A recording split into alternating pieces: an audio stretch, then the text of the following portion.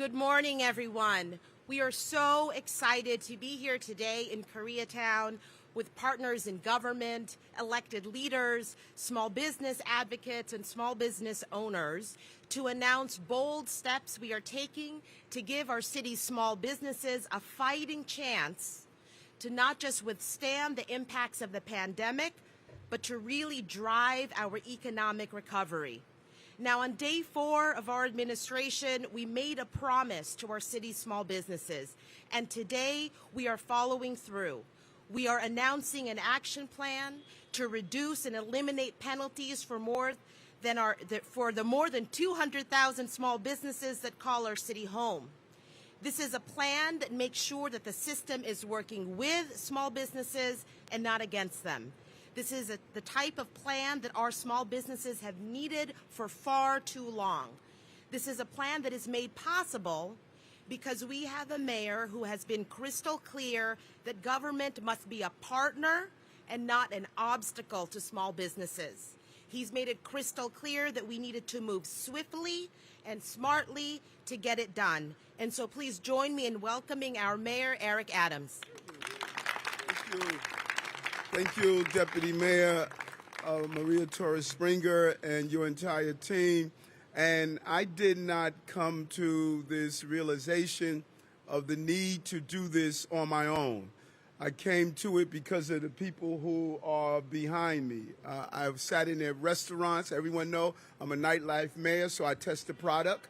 And I go to their restaurants, I go to their businesses, and I heard over and over again, the chambers, you know, the nightlife leaders. I heard over and over again how we were just in the way, the lack of clarity, the lack of understanding. And oftentimes they just basically said, tell us what we have to do.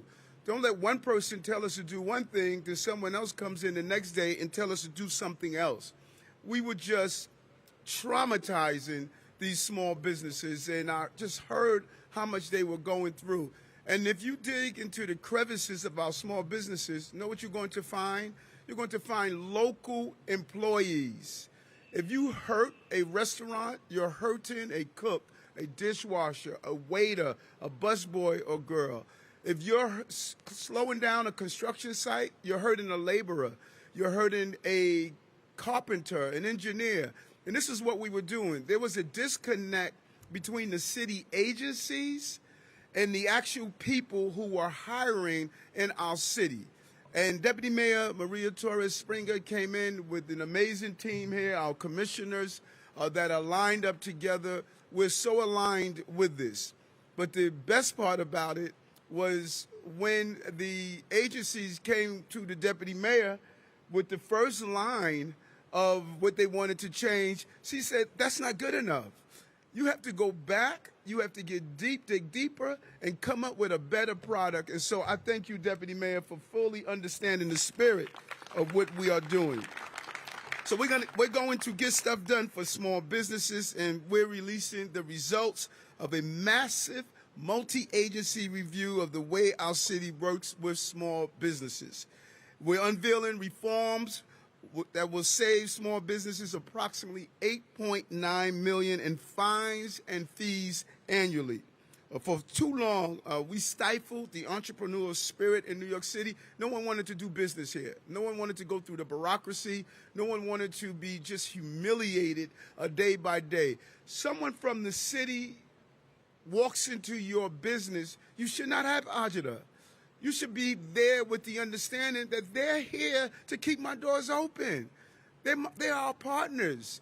But that's not what people were feeling. They were feeling just the opposite. They were feeling that, oh my God, what are they going to do to take another dollar out of me?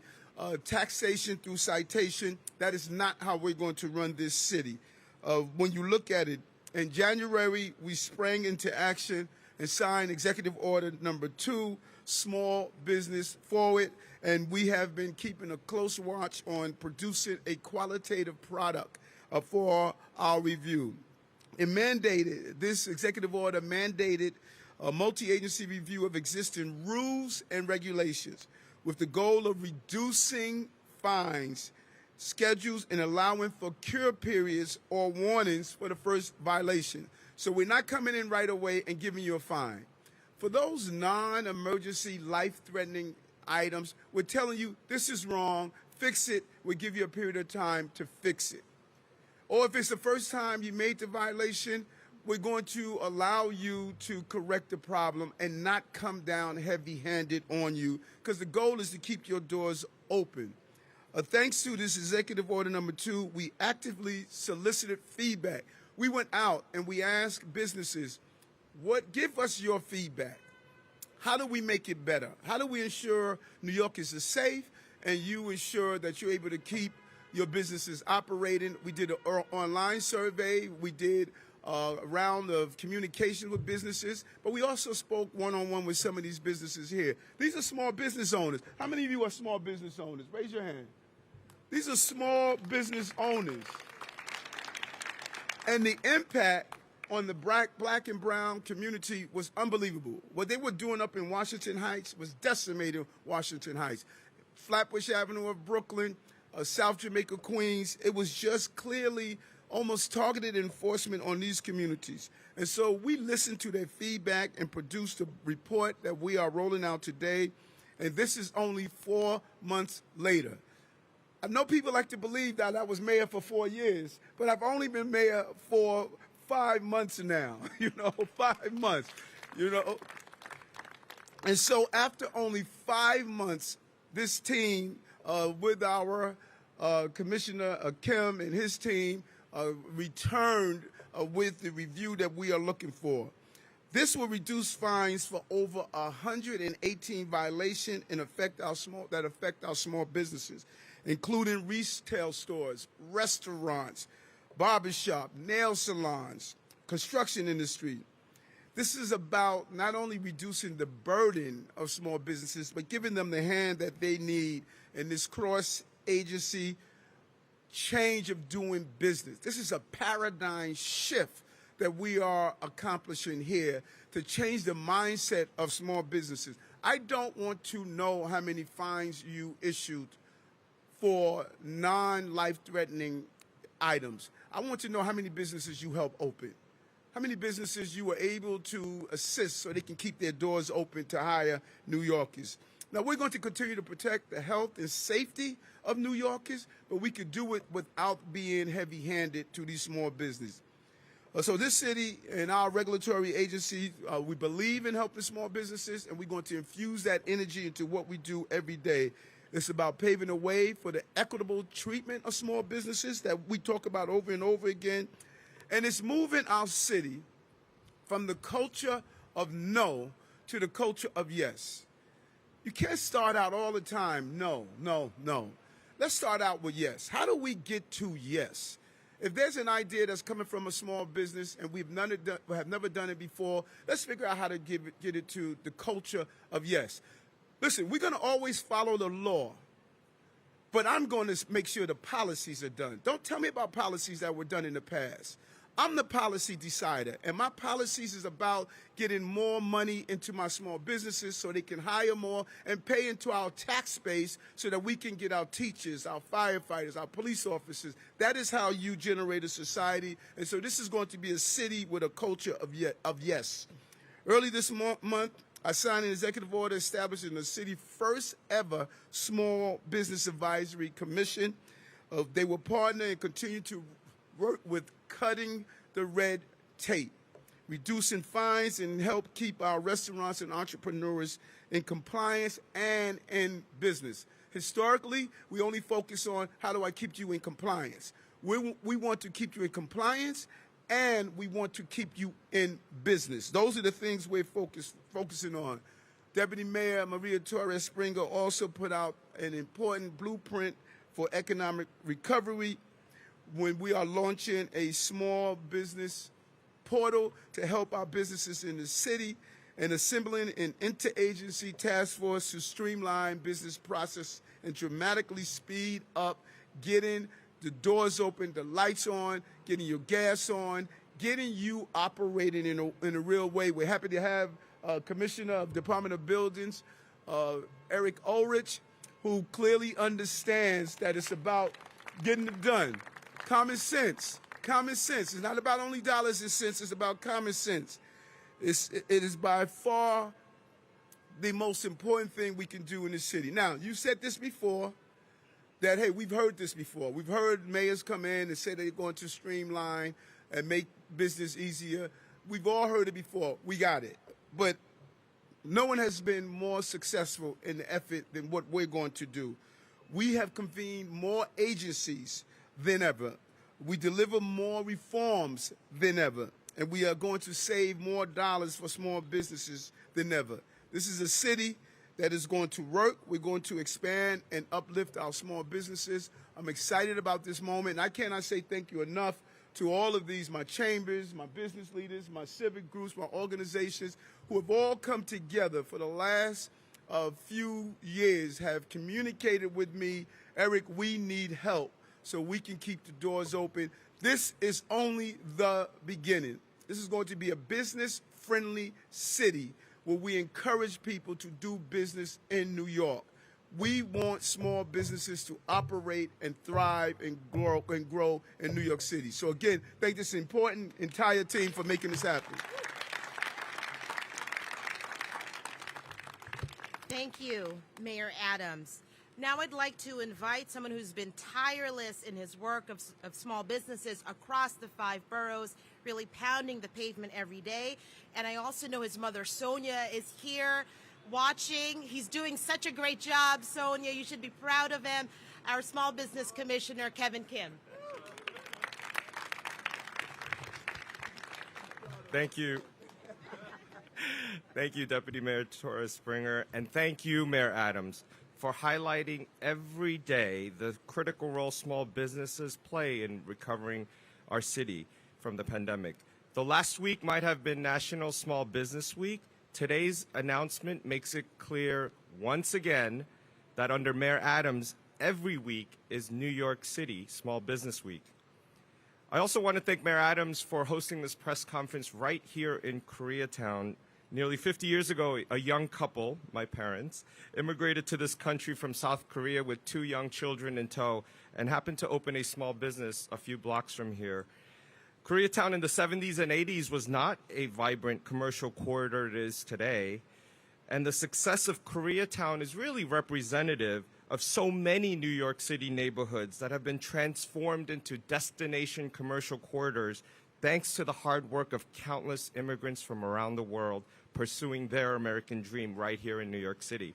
I want to thank all our sister agencies. We asked a lot of your time and effort. Dr. Vasan, Jessica, Eric, we asked a lot of you, and you gave so much back. And so thank you for your collaboration. I especially want to acknowledge the extraordinary leadership of my co-chairs on this task, Deputy Mayor Maria Torres Springer, CEO, Chief Efficiency Officer Melanie LaRocca, as well as the dedication and the countless hours of sleepless nights that Adam Foreman, Jenny Sobelman, and my first Deputy Commissioner Jackie Mallon put in to achieve these significant gains for New York City businesses. So can we give them a round of applause, please? Before I get into the numbers, I also want to recognize the small business owners standing here today, including Angela Yee and Tony Forte, owners of Coffee Uplifts People. We have Khan DeGalti, business owner of Unique and Levy Chickpea Snack, which is vegan, Mayor.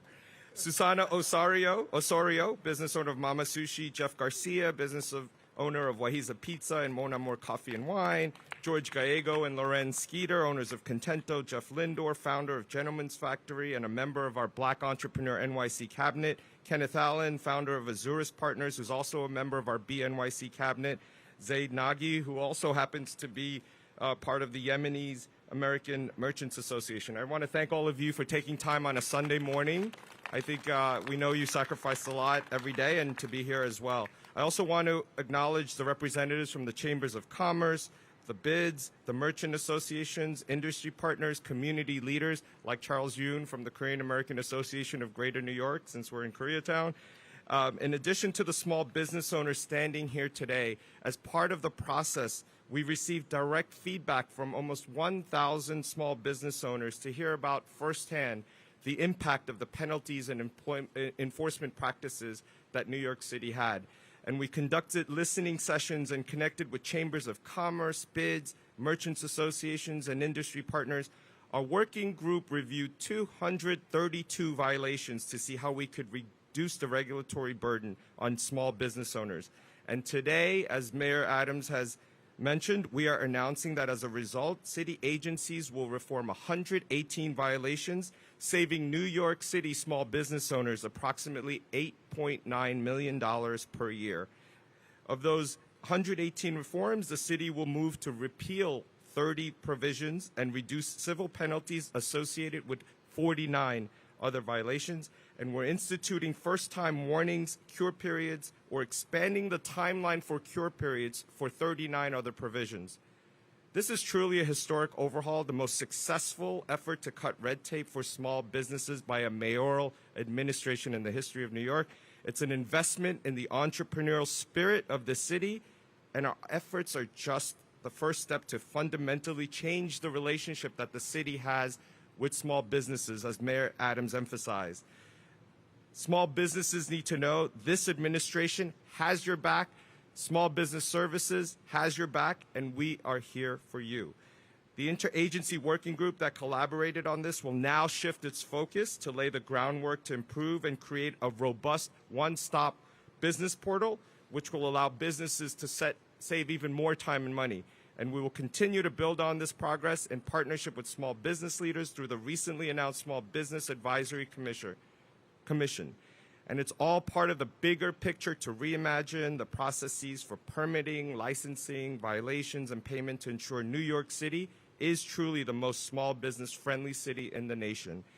Finally, I'm just proud to be here with the broad coalition of small business owners, industry partners, elected officials to deliver on Mayor Adams' vision for an equitable economic recovery. Thank you. Thank you, Commissioner Kim. Before I introduce our next speaker, I do really want to acknowledge Commissioners Vasan, Tisch, and Ulrich from our major regulatory agencies. The mayor knew from the very beginning that as much as Kevin and I love small businesses, that if it was just the two of us in a conference room, we weren't going to get anything done, that it really needed the leadership and support of the entire government, and really understanding that we don't have to make a choice between public health and safety and small businesses, that we can and that we must do both. And so thank you for being here, for the work of your team and your brilliance and courage and creativity. We're going to need more of that in the weeks and months to come.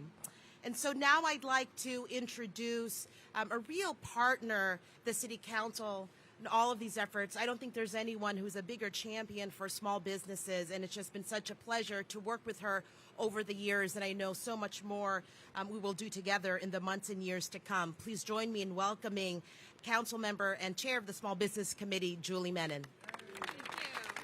Thank you so much, Deputy Mayor. This is a phenomenal day. So I'm a former small business owner, and I can tell you firsthand how important this moment is.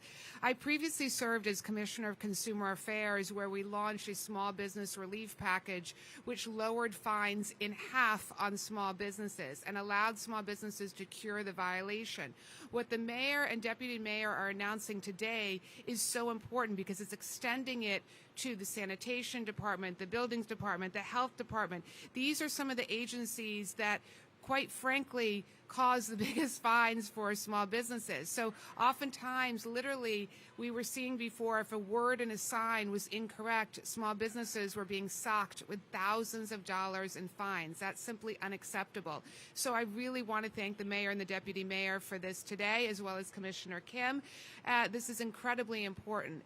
In the City Council last month, I introduced a bill, a one-stop shop bill that would consolidate all city agency permits into one website, one app. And I really want to thank my partner in government, Majority Leader Keith Powers, who's doing so much to support small businesses. We're in his district, and he's been a key and critical partner.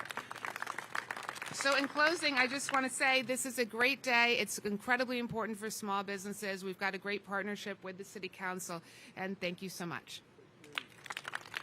Thank you, Council Member. And speaking of the Council Member for this district, I would like to invite Majority Leader Keith Powers to say a few words. Thank you. Thank you. And of course, always great to be here with my colleagues in the City Council and the chair of the Small Business Committee, who knows firsthand what it's like to run a small business in this city. I always say people don't come to New York City to see our great vacant storefronts or to see the business that used to be here. They come here because we have the best nightlife, we have the best shopping, we have the best restaurants, we have the best small businesses. And that's why people, whether you live in this city and you travel to a different neighborhood, or you want to come to the city and visit from abroad, or you just live in the region and you want to take a day in the city, you come here for all the great small businesses and all the things that we have to offer. And far too many times, my dad was a restaurant owner, and far too many times, not only are those restaurant owners going late night to their businesses when there is an issue, a leak, or repair, or something else that they have to attend to, but then they have to face the burden of having a city inspector or city agency walk in their door, shut their business down perhaps for a few hours, and then face the possibility that just a small error will lead to another financial burden on their business. And we hear that every single day from the small businesses in our districts and throughout this city. So not only is this a financial relief and sort of like a breath of fresh air for a lot of the businesses, it's a sign. And I want to thank the mayor for sending a sign to our small businesses here in the city once again that we are here to help you. We're here to keep you in business. We're not here to hurt you. And I'll mention we just did introduce a bill with the mayor's support last week that would also, for the restaurants, repeal and suspend, I should say, a fee that the city charges on them for their liquor licenses, which we all were, I think we were all surprised that we were doing that in the first place. But, I really want to say they're thinking very, very deeply and hard about even the small things that you can take out of the way to send a sign to the businesses that we're here to help and to take a little bit of, give them a little bit of financial relief. It is a big breath of fresh air to be a council member right now with folks that are really fighting for our small business during the recovery. So thank you to everyone up here for everything you're doing to help out our small businesses. Thank you, Council Member. Now we have a very special guest that I'd like to introduce, Christina Zhang, who is a second-generation restaurant owner right here in Koreatown. Now, her mother, Mrs. Park, immigrated to this country. She started out as a waitress, then opened her own small business, which was so successful that she not only expanded that original restaurant, but opened a second one with her daughter, Christina, and son-in-law, Steve. So her family is really an example of how a single small business can lift up an entire family in just one generation. And that is why we're so focused on expanding opportunities for small businesses to start and grow in this city. Please join me in welcoming Christina Zhang. Thank you so much, Deputy Mayor and Mayor Adams, for choosing to announce this big news in Koreatown today. My name is Christina Zhang, and there's my husband, Cheol-sun Zhang. We are the owners of Korean barbecue restaurant New Wonjo. And there's my mom, Hae-wa Park. She also runs a restaurant called Jeop. We are one of the many small business owners in K-Town. About 30 years ago, my mom came to the U.S. and started working as a waitress. She worked for as long as 16 hours a day, 7 days a week. She dreamed that one day she could run her very own restaurant in K-Town. 10 years later, the dream came true. Another 10 years later, she even helped us to establish Wonjo on the same block. Today, we are competitors. But we work together during hard times, such as the pandemic. Ever since COVID hit in 2020, like other small business owners, we have suffered. But it was not only us. All K-Town small business owners struggled. However, it is amazing that no one in K-Town closed their businesses. We all have been struggling together with the challenges facing small businesses due to the pandemic. Today, Mayor Adams, you came to K-Town with a welcome relief for New York City small businesses, and we cannot tell you how much this means to us personally. We look forward to your continuing support of small businesses. In return, I hope that we small business owners can help lead the New York City economies back to its pre-pandemic state. We, the Korean American community, also would like to thank you, Mayor Adams, for visiting Koreatown businesses today and for the relief you are bringing to so many New York City small businesses owners. Thank you again. Thank you, Christina. And so I expect everyone here today to visit either Kunjip Grill or Nuanjo, okay? All right, we're going to eat well tonight. Now I'd like to welcome someone who has always been a fierce advocate for our restaurants and nightlife venues. And believe me, he keeps us on our toes. But with his partnership, I know that we are going to not just implement what we're announcing today, but go even further in the months and years ahead. Please join me in welcoming Andrew Rizzi, the ED of the New York Hospitality Alliance. Thank you. I mean, so many people to thank. I just have to say a really funny story. So I'm talking with the council member, with Randy, and I'm saying this spot right down here, New Wanjo, has been the place I've been going probably since like high school. And then all of a sudden, council member says, "Oh, New Wanjo." And like, a lot of greatness, but especially right here. It's incredible, and there's so many great spots. Had my, what's the saying, out with the boys. We were out last night, Bronx Ball, and there was a lot of people out, and it was so good to see the energy. This place was sponsored. You got people dancing, eating, a local restaurant, and did all the food. And the reason I bring that up is because I really believe the Adams administration understands for New York City to recover, we need our restaurants, we need our nightlife, we need that social activity all to come back, because it is great just for our souls, but it's also so important because it's not just the restaurant. People are joking around. They had to get their fancy clothes out of the closet after 2 years of COVID, so they went and adjusted some stuff over at the dry cleaner. So more economic stimulation right there. But I think we also understand that it's not just about fun. It's not just about people going out that's going to bring our small businesses back. It's about regulatory reform. And yeah, we got reforms done last year, but I think it was within the first week of the Adams administration, they signed this executive order to say, go back.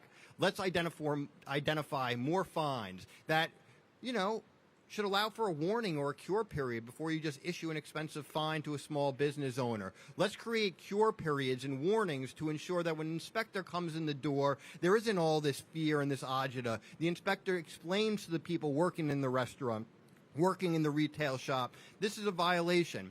This is why it's a violation. This is how you correct it, and giving them the opportunity to fix it before just using our small businesses as an ATM. And the commitment from all of them to say, this is not it. We are going to keep going. We're going to keep looking at ways to streamline the permitting and licensing process. We're going to keep reducing fines, and we're going to keep doing everything we can to support our local businesses like the ones that are standing up here and all around the 5 boroughs. It's very symbolic. It's very important. Always honored to stand with everyone. Thank you for all the work you do. I know this is not always easy, but you got to keep pushing because, frankly, that's like what your mother has done, and you all continue to do to keep the businesses going. So thank you, and we look forward to keep working with the Adams administration and all our friends in the council and business community and everyone else. Thank you. Thank you, Andrew. Finally, I would love to welcome someone who has been a close advisor and supporter and advocate, not just for small businesses, but really for the health and vitality of entire commercial corridors, because he knows that that's so critical to our economic recovery, and he's joined by other colleagues representing business improvement districts and chambers of commerce across the city. Please welcome Randy Piers, the CEO of the Brooklyn Chamber of Commerce. Good morning. Good morning. Thank you, Mayor Adams, Deputy Mayor Torres Springer, Commissioner Kim, Chair Menon, and the entire Adams team for having me here to say a few words. I promise to keep them brief. I don't know what you're doing this afternoon, but if you don't have any plans, come join me in Oma Holloway from Bridge Street Development and Tompkins Avenue in Bed-Stuy for the biggest, baddest open streets in all of New York. So that's where we're going next. We can go out there and support some small businesses. I want to say I know this administration is tackling some major challenges head on right now. Public safety, homelessness, for example. And the issue of small business fines and violations may sound a little bit like inside baseball. But for my constituency, the 62,000 small businesses in Brooklyn and the 200,000 small businesses across the city, This has been one of the biggest issues for decades. Small businesses contribute almost half of all the jobs to New York City's economy, and these are the types of businesses where you need to roll up a gate and serve customers every day. These are the businesses that hire locally and help consumer dollars circulate within the community. And the owners of these businesses reflect the diversity of New York City itself. I am proud that Brooklyn is home to more black-owned businesses per capita than any other county in New York State and possibly the country. But the excessive fines and violations have plagued small businesses of every color for far too long. Last September, I wrote an op-ed citing the fact that annually between 2010 and 2020, revenue from fines and violations increased at 2.6%, outpacing inflation by a whole percentage point. So this has been an issue for decades. And with our emergence from COVID, the urgency of now is upon us. I am so grateful to Mayor Adams and this administration. In its first week on the job, they announced the Small Business Forward initiative to address fines and violations, and today we see the results. GSD, getting stuff done. That's what this looks like. Finally, I want to say from the perspective of all the chambers of commerce from each of the boroughs, my friend Tom Gretsch is here from Queens.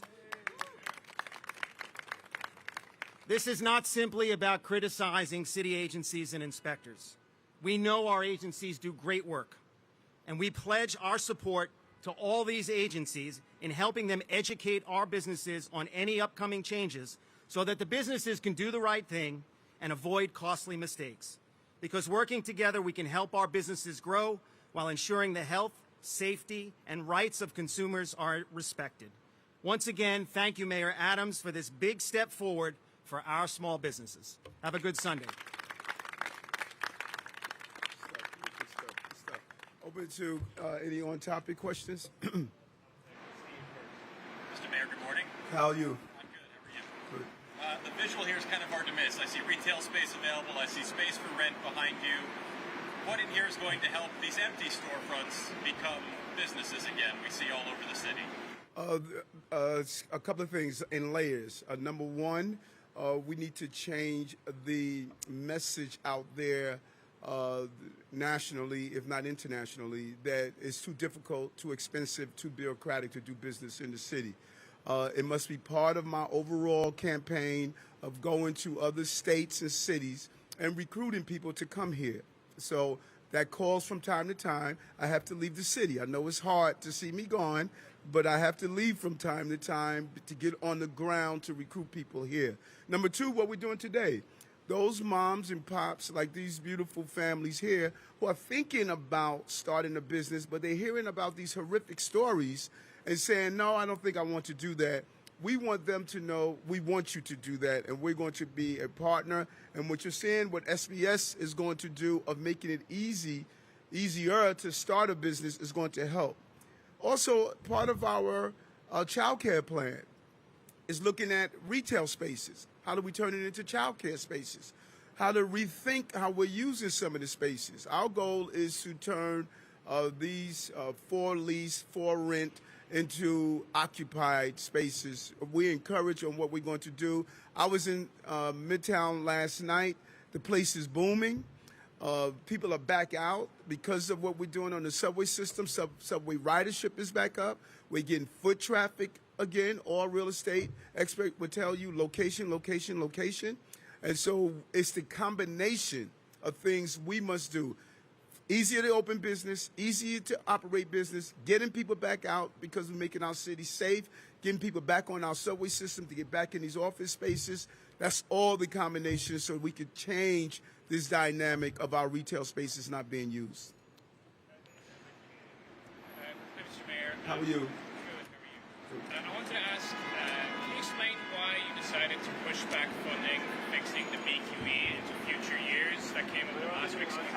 Well, we're doing since he started. We're still doing since he started. You know, some local neighborhood associations are worried about the safety of the BQE. You used to be president, so you know all about it. Can you explain why you decided to push back the funding into future years? Here's what we did, and the reason why we did what we did. Number one, I spoke with Councilman Lincoln Ressler, who's going to sit down with OMB and other stakeholders. Here's what, when we looked at all of our agencies, we stated, can you spend the money? You know, what's preventing you from spending the money that we allocated? What has happened historically is that we kept a large sum of money on the books of our agencies that they were not going to spend during that fiscal year. And so we went in and said, are you going to be able to spend the money? We don't want to just have a padded book of stating we allocated X number of dollars, but you're not going to spend during this fiscal year. If they told us, yes, we can spend it in this fiscal year, we could get the shovel in the ground, we did not touch it. When it came down to the BQE, they were unable to spend the money during this fiscal year. We are streamlining how our agencies are spending money. Again, it's too bureaucratic. All of those agencies that are involved in doing these capital projects, it's taking too long.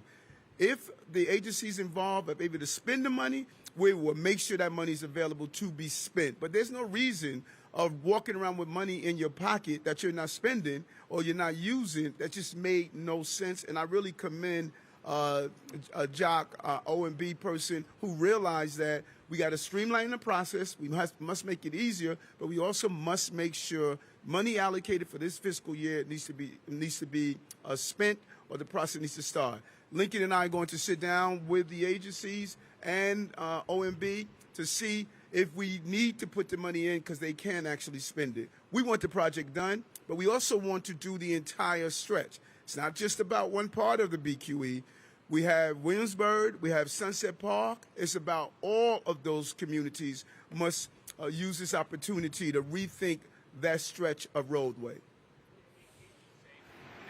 Yes, it was. We're never going to do anything that is going to jeopardize the structural safety or the soundness of the BQE. We're not going to do that. Issues for small business owners that they speak about is sort of at this point out of the city's control, and it's the cost of rent. Some people describe, huge upticks in rent, prohibitively expensive, and they've heard from landlords that they'd rather keep business and storefronts empty instead of lowering rent. So I know that there's been efforts in the city council for years to have rent regulation, commercial rent regulation. Have you spoken to anyone in the business community who you have a strong relationship with in, I guess, the people who are opposed to this work in real estate, and what can and what would the city do in order to kind of keep commercial rents down, especially for longstanding businesses who, now that the city's quote unquote out of the pandemic in whatever form you want to take, the rents are shooting up? Okay, Dr. Fassan would get very angry with you if you say we're out of the pandemic. Okay, we're not out of the pandemic. We're telling people mask up, vaccine, booster. That's right. You don't want him to be angry with you on that. So yes, commercial rents and the increase in commercial rents is an issue, and we need to really make it affordable for our small mom and pops businesses. But oftentimes we also think about commercial landlords. We think about the large landlords. But there are a lot of mom and pops that own 2 families and a commercial establishment. So when we start making these decisions, we need to factor in the little guy. We can't lump in the little guy and lady into the large conglomerates. And so as we make these decisions, we must do these decisions with them in mind as well. I'm hoping the state and some of our partners here in the business community look at how do we do this together. We learned through the pandemic we need each other. We need each other to come up with real ways of how do we don't hurt each other as we get back operated in our city.